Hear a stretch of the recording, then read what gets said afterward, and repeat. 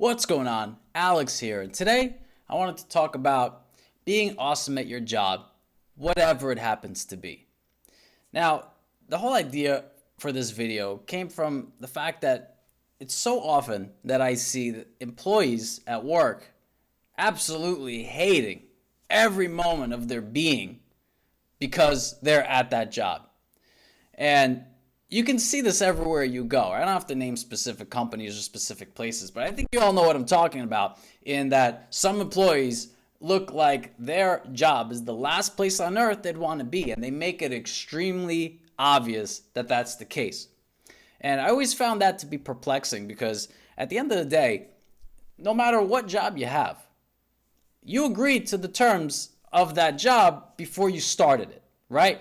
I haven't heard of Burger King knocking on anybody's door and saying, hey, you're coming in and you're working for us, right? So it's always a situation where you came in to get a job, you applied for it, they hired you, and they trusted you to represent their brand in whatever way. And I feel like that is lost on a lot of people out there who see the job as an inconvenience, as something that drags them down, and as something that they not only hate, but they're willing to make it extremely obvious to all the customers that walk into that business and all the clients and so forth. And that never made sense to me. And I have sort of an anecdote about that. And that goes back to when I was a valet back in my college days. So my friend Dom hooked me up with a job at that point as a valet who parks cars, gets cars, and so forth. And it was a great job at that point because it was flexible. I could schedule around my school and I could work nights. It was a beautiful thing. A lot of flexibility, a lot of freedom, and we got paid. So at that point, I started working as a valet. I knew nothing about it. My job was to park cars and to get cars when I was given keys. And for me, my mind's always racing. I need things to be constantly stimulating. So that job in the beginning for me was incredibly boring because there was, at the beginning of every wedding, at the beginning of every banquet, there was about an hour where we called the rush, where all the cars are coming in, and then nothing happens for 6 hours. And then you get the other rush at the end when the cars are coming out. So there's an hour of activity, 6 hours of nothing, and an hour of activity, and it was driving me a little bit crazy. But every once in a while, somebody will come out and go, hey, I need this out of my car. I need to get my car, this and that. So there would be some activity throughout those 6 hours. But for the most part, there was a rush, nothing, and another rush.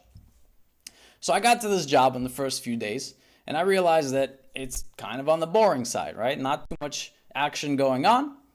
And I started asking myself, how can I make this more interesting? I got to engage my mind a little bit to get myself through this. And the solution I came up with was that when I get keys in my hand, when the manager gives me those keys to get that car, I'm going to fly over to that car as fast as I possibly can and get it back to the customer in as little time as possible. It was just a personal challenge that I came up for myself because I thought, okay, everybody wins. I get exercise, the client gets their car faster, everybody seems to be happy. And it wasn't even from a perspective of I'm going to be the greatest employee ever. It was really, how can I make this not drive me crazy from boredom? So that's exactly what I did. When my manager gave me keys in my hand, he would turn around, and by the time he looked at me again, I was down the street running like my life depended on it. It probably looked strange because I would literally grab the keys and bolt. There was also this fence with a chain on it. I would hop right over that. I would hurdle over that thing to get myself over to the parking lot faster, to get the car and then drive it over as quickly as I possibly can. So you can imagine this happens multiple times throughout the evening. I get the keys, I bolt, I get the keys, I bolt, I come back really fast. And it's keeping me entertained because I feel like I can minimize my trip if I run through this little alley, if I run through this little shortcut. Oh, by the way, I can also come through here if I jump over this little fence and all that.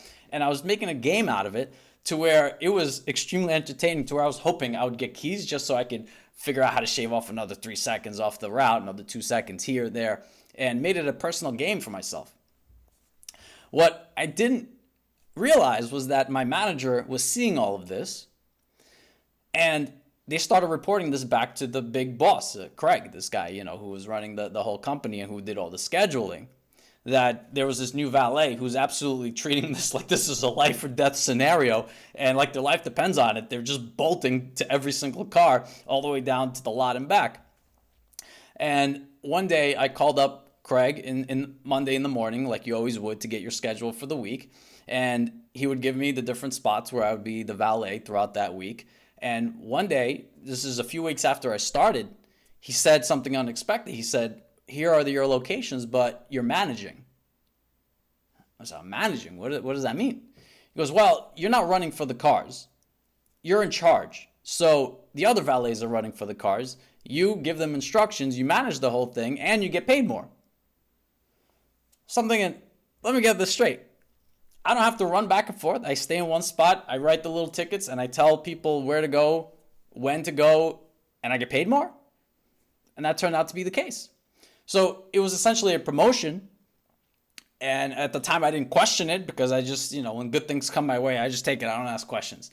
But looking back and after talking with a few other people, especially the manager that I had when I first started, he told me why that happened. He said, "Look, you came on here and you treated this like this was life or death. And literally, I've never seen anybody run so fast and do a hurdle over the fence and just fly down the road to get these cars." He goes, "You're so dedicated." Little does he know, again, I just try to make this thing entertaining for myself. I wasn't even thinking about, wow, I'm going to really take this valet thing to the next level. But he got me to the point where I didn't have to run back and forth anymore. And now I was talking to all the customers as they were coming in. I was directing all the other valet guys, and I was even checking on different spots for the boss just to make sure that everything was running smoothly. And I was getting paid a lot more for a lot less work. The lesson there that I learned was whatever job you have to be awesome at it, because there could be an opportunity for you down the line to get a much better position within that company and not have to work as hard. Now, this doesn't apply everywhere, okay? I cut my teeth at PricewaterhouseCoopers. It's a Big Four accounting firm with 160,000+ people last time I checked working for it. Over there, it's extremely hard to get ahead just by working harder. Everybody's working harder. So you can't generalize this to every single thing. But I'm saying that if you're the employer and you encounter a situation like we're having now with this coronavirus, which employees are you going to work to keep and help as much as possible? And which employees are you going to let go? Now, when I became a manager, I would work these valet spots and I would try to instill in the workers that were working there the same level of enthusiasm and the same drive that I had, where I try to get them to run as fast as possible for the cars, run as fast as possible back, so that we can help clients in a much more efficient manner, get more cars parked, and decrease the wait times. And I would even get them to the point where they would start, grab the keys and start running. I would inspire them to that point.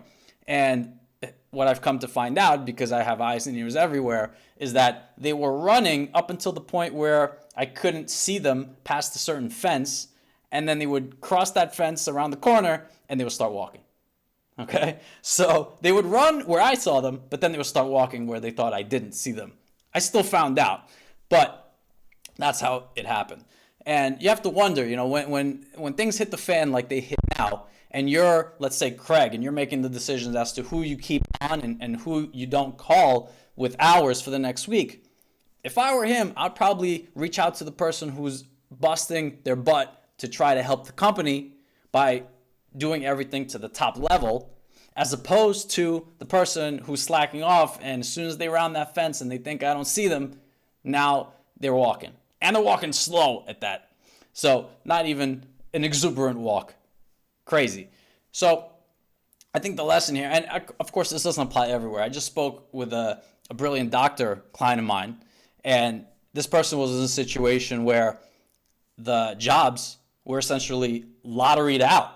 Okay, and the furloughs were determined based on a random number generator, quite literally, which blew my mind. But hey, sometimes things like that happen. So it's not guaranteed that you're going to get recognized and you're going to be promoted to the top brass on day one.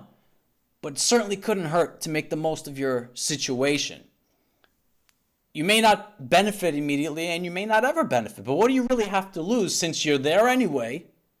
And making a situation where you're not quite happy about it in your mind into a sort of game, a sort of challenge, can make it so that the time passes faster, you get more work done, and when it comes time in a difficult situation like this, you're going to be one of the people the company's going to work to retain as much as possible instead of just letting you go because you hated it there anyway and you made it very obvious to anybody around you.